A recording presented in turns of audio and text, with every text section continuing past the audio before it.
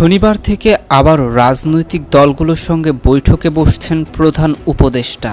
দেশে ফিরলেন মিজানুর রহমান আজহারী। দ্বিপাক্ষিক সম্পর্ক উন্নয়নে একসঙ্গে কাজ করবে বাংলাদেশ ভারত। কারাগার থেকে পালানো ৫০০ আসামি এখনও পলাতক। খালাস পেলেন ফখরুল, রিজভী সহ ৮ নেতা। সেপ্টেম্বরে প্রবাসীরা পাঠালেন ৫০ বছরের তৃতীয় সর্বোচ্চ রেমিটেন্স। এতক্ষণ শুনছিলেন সংবাদ শিরোনাম, এবার বিস্তারিত। শনিবার থেকে আবারও রাজনৈতিক দলগুলোর সঙ্গে বসছেন প্রধান উপদেষ্টা। আগামী শনিবার থেকে আবারও রাজনৈতিক দলগুলোর সঙ্গে আলোচনা করবেন প্রধান উপদেষ্টা অধ্যাপক ডক্টর মোহাম্মদ ইউনূস। সেখানে উপদেষ্টারা উপস্থিত থাকবেন। প্রধান উপদেষ্টার প্রেস সচিব শফিকুল আলম আজ সন্ধ্যায় রাজধানীর ফরেন সার্ভিস একাডেমিতে এক সংবাদ ব্রিফিংয়ে এই সিদ্ধান্ত জানিয়েছেন। শফিকুল আলম বলেন, এই আলোচনার মুখ্য বিষয় হবে সংস্কার কমিশনগুলোর কাজের অগ্রগতি সম্পর্কে অবহিত করা। সেখানে দেশের আইন শৃঙ্খলা পরিস্থিতি নিয়েও আলোচনা হবে। এদিকে দেশে ফিরলেন মিজানুর রহমান আজহারী। দেশে ফিরেছেন মালয়েশিয়ায় অবস্থানরত জনপ্রিয় ইসলামী বক্তা মাওলানা মিজানুর রহমান আজহারী। বুধবার নিজের ভেরিফাইড ফেসবুক পেজে তিনি নিজেই এই তথ্য নিশ্চিত করেছেন। সন্ধ্যা 6:30টার দিকে দেওয়া ওই পোস্টে আজহারী বলেন, আলহামদুলিল্লাহ, সালমাতে প্রিয় মাতৃভূমিতে এসে পৌঁছালাম। পরম করুণাময় এই প্রত্যাবর্তনকে বরকতময় করুক। আলাদা পোস্টে মিজানুর রহমান আজহারীর মামা মোশাররফ হোসেন বিমানবন্দরে তাকে ফুল দিয়ে শুভেচ্ছার ছবি পোস্ট করেছেন। তিনি বলেন, আলহামদুলিল্লাহ, আমাদের প্রিয় রাহবার এখন প্রিয় মাতৃভূমি বাংলাদেশে। এর আগে গত 6ই আগস্ট শিগগিরই দেশে ফিরছেন বলে জানিয়েছিলেন মাওলানা মিজানুর রহমান আজহারী। নিজের ভেরিফাইড ফেসবুক পেজে ওই ভিডিও বার্তায় তিনি বলেন, অনেকে আমাকে মেসেজ করে ও ব্যক্তিগতভাবে ফোন করে জানতে চেয়েছেন আমি কবে দেশে ফিরব। আমি তাদের বলতে চাই আমি দ্রুতই দেশে ফিরব। আপনাদের সঙ্গে দেখা করার অপেক্ষাতে রয়েছি। আমি নিজেও শিগগিরই মানবিকতার মুক্ত স্বাধীন বাংলাদেশে আমি আপনাদের সঙ্গে সাক্ষাৎ করতে চাই। 2020 সালের ফেব্রুয়ারি মাসে বাংলাদেশ থেকে মালয়েশিয়া চলে যাওয়ার ঘোষণা দেন মিজানুর রহমান আজহারী। এরপর থেকে মালয়েশিয়াতেই অবস্থান করছিলেন তিনি।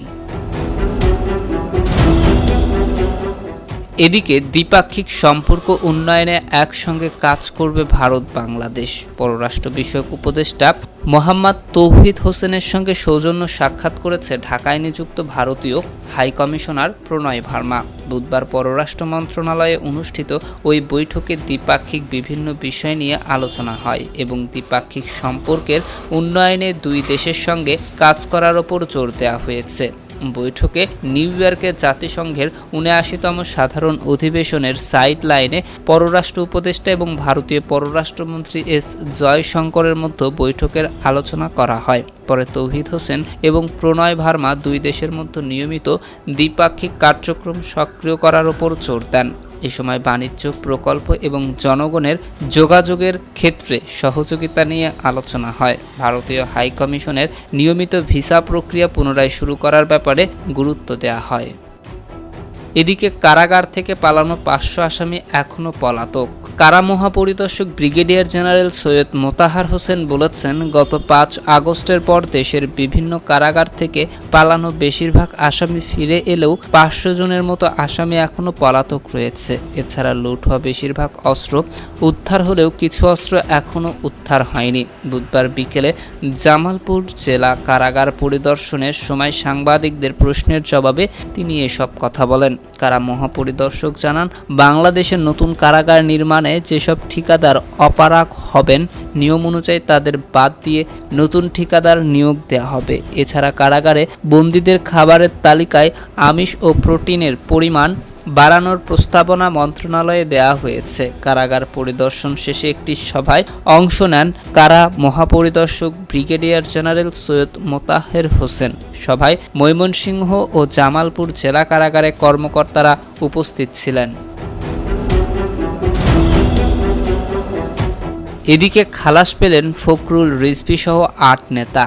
এক যুগ পর গাড়ি পোড়ানো ও বিস্ফোরক মামলায় বিএনপির মহাসচিব মির্জা ফখরুল ইসলাম আলমগীর এবং সিনিয়র যুগ্ম মহাসচিব রুহুল কবির রিজভী, বাংলাদেশ জামায়াতে ইসলামীর ঢাকা মহানগর দক্ষিণের সেক্রেটারি ডক্টর মোহাম্মদ শফিকুল ইসলাম মাসুদ সহ ৮ জনকে খালাস দিয়েছেন আদালত। ২০১২ সালে রাজধানীর পল্টন মডেল থানায় গাড়ি পোড়ানো ও বিস্ফোরক ধারায় এই মামলা করা হয়। বুধবার সকালে ঢাকার চিফ মেট্রোপলিটন ম্যাজিস্ট্রেট আদালতে মামলাটির শুনানি হয়। শুনানি শেষে মামলা থেকে তাদের খালাস দেন অতিরিক্ত চিফ মেট্রোপলিটন ম্যাজিস্ট্রেট জিয়াদুর রহমানের আদালত।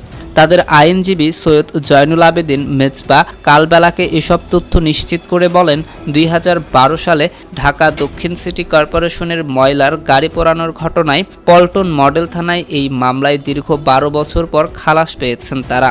আইনজীবী আরও বলেন, বারবার সাক্ষ্য গ্রহণের দিন ধার্য হলেও আদালতে সাক্ষী উপস্থিত না হওয়ায় বিচারক আসামিদের খালাস দিয়েছে।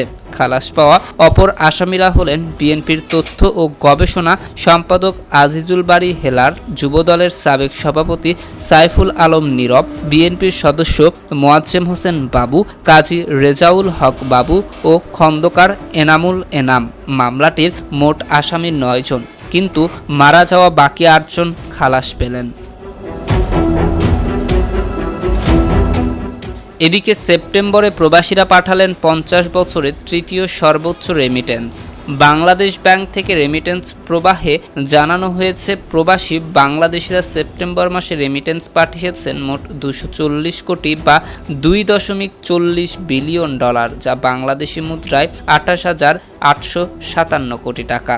দেশের ইতিহাসে কোনো একক মাসে এটি তৃতীয় সর্বোচ্চ প্রবাসী আয়। সাধারণত ঈদুল ফিতর ও ঈদুল আজহার মতো উৎসবকে ঘিরে দেশে রেমিটেন্স প্রবাহে উচ্চ প্রবৃদ্ধি দেখা যায়, কিন্তু এবার ছাত্র জনতার আন্দোলনের পর দেশে রেমিটেন্স প্রবাহে বড় ধরনের পরিবর্তন এসেছে। দেশে এই প্রথম বড় কোনো উৎসব ছাড়া এত বেশি পরিমাণ প্রবাসী আয় এসেছে।